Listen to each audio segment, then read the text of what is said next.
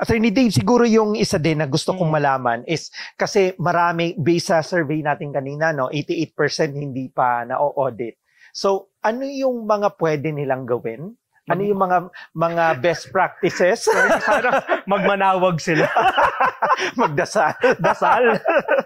So, ano yung mga pwede nilang gawin para i-prepare yung company nila to, na in case ma-audit sila, walang magiging malaking issue. Sige. Ang unang preparation mo talaga dyan, after mo mag-lunch, tapos after mo manood nito, di ba? Text mo agad yung accountant mo. Like, ma'am, sir, usap tayo. So from there, doon mo kausapin, how is our tax position? Are we filing regularly? Bangga ba lahat ng amounts natin? Yung simpleng, bangga ba yung sales natin sa VAT and ITR? Kung sale of goods ka? Kung may timing difference, na-recon ba siya? Na-withholdan ba lahat? Yung mga ganong questions. So kung yung accountant mo, hindi na masagot yun, kabahan ka na at magdasal. Banawag ka na. Diba? Or St. Jude, patron saint of the hopeless.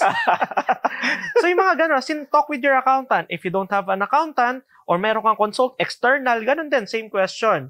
Diba? Then, kung ikaw mismo marunong kang tumingin, tingnan mo na, upuan mo, pagbanggain mo yung mga figures.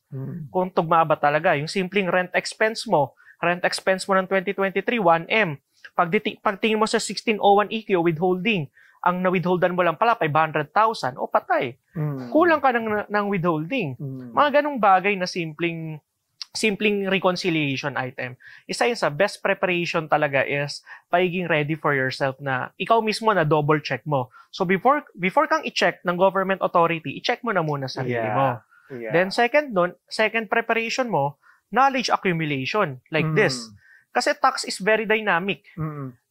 Every month, nadadagdagan ng tax rules, na-expand yung how we interpret tax rules. Sobrang na-expand siya.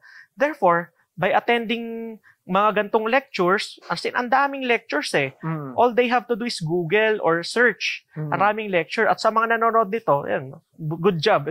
Tamang choice to. Tamang choice yan. Kasi ako, pag naggagantong training, gusto ko Tagalog. English na nga yung batas na. Di ko sabi ko huwag tayo mag-English. Sabi ko lang is, let's make it laymanized as possible. Diba? Kasi hindi naman tayo lahat, kapag tayo CPA tayo, sir. Pero hindi naman lahat CPA diba? But anyone could be a businessman and anyone should understand tax. And to understand it, dapat i-laymanize natin. Tagalog tayo. As in, kung paano natin naiintindihan siya normally. Parang let's make it a part of a daily conversation na rin. Then, bukod sa knowledge accumulation, syempre, yun rin. Hire me. Hire me. Consultant. Hire a consultant. Lalo na kung hindi nila alam talaga kung anong gagawin. Or as someone, hindi mo naman kailangan lagi ng retainer. So, minsan sapat na yung have someone to talk about it. Ipa-check yung companies mo. Pwedeng tama yan may nagna-nosebleed daw. Oo. And ang ginagawa talaga natin is gawin siyang approachable. Which is ito rin naman yung ginagawa ng Oler yung mga hard topics, you're making it very approachable. And yun, ako bilang professor din, so shoutout sa students ko kung nandyan ngayon. Ginagawa kong Tagalog siya. Hindi dahil na I can't speak English. Like, I can, but rather, gusto ko mas maintindihan siya.